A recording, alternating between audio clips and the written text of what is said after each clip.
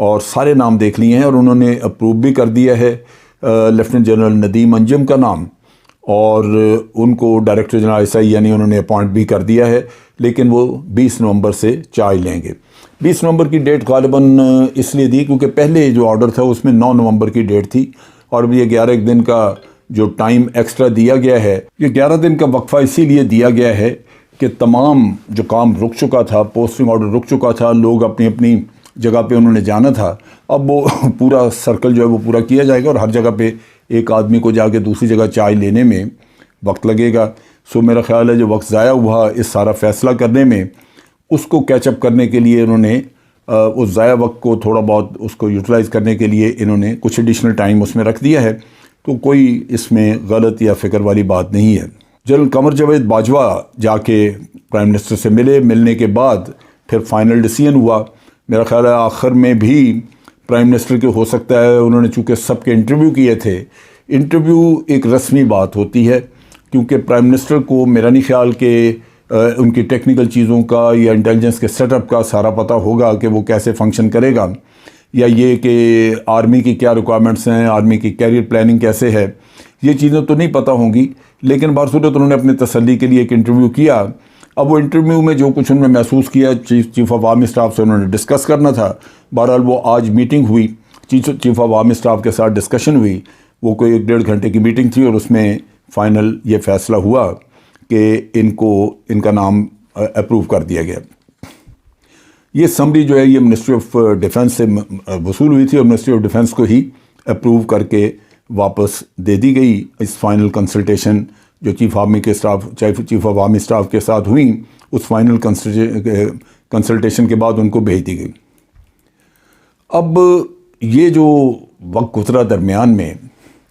اس میں بہت ساری بحث مباحثے ہوئے، اس میں کئی آپ کہہ لیجئے چیمہ گوئیاں، کئی قیاس آرائیاں، کئی سازشیں، خاص طور پہ پولیٹیکل سائیڈ پہ تو بہت کچھ ہوا۔ کسی نے کہا جی کہ یہ عمران خان نے ٹکر لے لی ہے فوج کے ساتھ، اب اس کی حکومت نہیں رہے گی۔ کسی نے اپنی چڑیا کا ریفرنس دیتے ہوئے کہا کہ جناب اب حالات بدل چکے ہیں، عمران خان کو اب پیک اپ کرنا چاہیے۔ یہ وہ ساری چیزیں ہیں جو کہ میں سمجھتا ہوں ملک کے مفاد میں نہیں تھیں۔ اس سے بڑھ کے جو ہوا وہ یہ کہ عام حالات میں DGI کو جب پوسٹ کرتے ہیں تو اس کا پتہ نہیں چلتا کہ کس کو پوسٹ کیا گیا ہے، لیکن یہ تماشا بنا رہا، پورے ملک میں اس پہ بحث مباحثہ ہوا، وقت ضائع ہوا، اور پورے ملک میں ایک جگ ہسائی کی طرح آپ کہہ لیجئے کہ اس قصے کو لا کے میدان میں رکھ دیا گیا۔ بھارت میں بھی اس کا تذکرہ چلتا رہا، مختلف چینلز پہ میں سنتا رہا کہ وہاں بھی اس معاملے کا ایک طرح سے مذاق اڑایا تھا، لیکن یہ میری اپنی سوچ یہ کہتی ہے کہ حکومتوں کو ایسے کرنا نہیں چاہیے۔ جب آرمی آپ کے ساتھ کام کر رہی ہے تو آپ کے پاس چیف آف آرمی اسٹاف موجود ہے، کسی چیز پہ آپ کو شبہ ہے، اعتراض ہے، اس کو بلا کے اس سے بات چیت کریں، لیکن یہ نہیں کہ آپ اسٹیٹمنٹ دیں کہ جی مجھے ربر اسٹیمپ سمجھا گیا اور یہ وہ چیزیں ہیں جن سے کہ آپ کے مخالفین بھی خوش ہوں گے، اور ملک کے اندر باہر اس سے کافی ساری افواہیں پھیلیں گی جو ہمارے ملک کے مفاد میں نہیں ہیں۔ نوٹیفیکیشن ڈیلے ہوئی، نہیں ہونی چاہیے تھی، اور میں سمجھتا ہوں کہ آئندہ شاید یہ معاملات زیادہ بہتر طریقے سے نپٹائے جا سکیں۔ اگر کوئی پروسیجرل ایرر ہے تو وہ آپ دور کر سکتے ہیں۔ ہونا یہ چاہیے کہ جو سول اور ملٹری لیڈرشپ ہے وہ خاص طور پہ اسٹریٹجک معاملات پہ، اور جو یہ ملٹری سے ریلیٹڈ معاملات ہیں ان میں بڑا ایک دوسرے کے ساتھ مل کے تعاون کے ساتھ آگے چلنا چاہیے۔ کبھی بھی ڈفرینسز سیکورٹی کے اداروں کے ساتھ اگر آپ کے ڈفرینسز ہیں تو وہ باہر پبلک میں نہیں آنا چاہیے۔ یہ ایک زیادتی ہوئی اس دفعہ کہ پبلک میں اس کے اوپر بحث ہوئی، مذاق بنا رہا، اور یہ ہمارے لیے اور ملٹری لیڈرشپ کے لیے یہ اچھی بات نہیں ہے۔ کبھی ملٹری لیڈرشپ کے اوپر تانہ زنی کی جا رہی تھی میڈیا میں، کبھی پولیٹیکل لیڈرشپ کے اوپر کی جا رہی تھی۔ دونوں صورتوں میں میں سمجھتا ہوں کہ یہ ایک مذاق بن چکا تھا۔ 6 اکتوبر کو جب یہ پوسٹنگ آرڈر ایشو ہوا تھا، اگر اس میں کوئی پرابلم تھی تو وہ آدھے گھنٹے میں ریزالو ہو سکتی تھی۔ میرا خیال ہے کہ پرائم منسٹر کو چاہیے تھا کہ چیف آف آرمی اسٹاف کو بلا کے تو وہیں ہدایات دے دیتے، اور اگر کوئی اس میں ایسا پروسیجرل ایرر ہے تو ان کو کہہ دیتے کہ جی ٹھیک ہے آپ پوسٹنگ آرڈر کو ایگزیکیوٹ کریں، یہ بعد میں پروسیجر اپنا سیدھا کر لیں، یا یہ کہ آئندہ کے لیے نوٹ کر لیں۔ دونوں صورتوں میں یہ معاملہ حل ہو سکتا تھا، لیکن حل کرنے کے بجائے ہم نے اس کا تماشا بنایا، اور پھر ISI بھی چپ، حکومت بھی چپ، کہیں کسی طرف سے کوئی کلیریفیکیشن نہیں آ رہی، اور جب کلیریفیکیشن نہیں آتی تو پھر یہی ہوتا ہے کہ افواہیں جنم لینا شروع کرتی ہیں، اور اس کے نتیجے میں پھر اداروں کا نقصان ہوتا ہے، کیونکہ اداروں کے بارے میں بہت ساری افواہیں اور بہت ساری بات چیت چلتی ہے۔ اب اس کیس میں بھی کہا جاتا تھا کہ فوج اب ناراض ہو چکی ہے، فوج اب عمران خان کے ساتھ ایک صفحے پہ نہیں رہی، اس کے نتائج اچھے نہیں ہوں گے، یہ ہوگا وہ ہوگا، یہ ساری باتیں جن کا کوئی وجود نہیں تھا یہ چلتی رہیں، اور یہ ملک کے مفاد میں نہیں۔ میں سمجھتا ہوں کہ جو کچھ بھی ہوا اب ہمیں وہ بھول دینا چاہیے اور آگے بڑھنا چاہیے، تاکہ ہم اور ہماری انٹیلیجنس اور دوسرے ادارے سیکیورٹی کے وہ ملک کو جو لاحق خطرات ہیں ان کا مقابلہ کر سکیں، اور پولیٹیکل لیڈرشپ کو چاہیے اور عوام کو بھی خاص طور پہ کہ وہ اپنی افواج کو پوری بیکنگ دیں، تاکہ وہ آج کے حالات کے مطابق اپنی پوری قوت، پوری اپنی صلاحیت کو بروئے کار لاتے ہوئے اپنے ملک کا تحفظ کر سکیں۔ آج کے لیے اتنا ہی۔ افواج پاکستان زندہ باد، پاکستان پائندہ باد۔